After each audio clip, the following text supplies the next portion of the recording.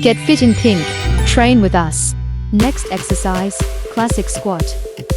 This series is going to be level 1, but we have to give it our all, okay? Very important. You have to control your breathing very well. Execution of the exercise. Stand with your feet parallel, knees bent, and back straight. Flex your knees and lower your hips towards the ground.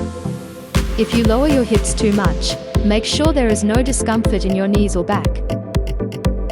This exercise has the advantage of having many options, so we can work the muscles according to the variable position of the feet and the angle of our body. In this series, we are going to do 20 repetitions.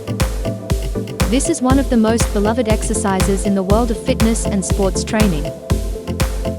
Are we ready? 3, 2, 1. Let's go all out. 1, 2, 3, 4, 5, 6, 7, 8,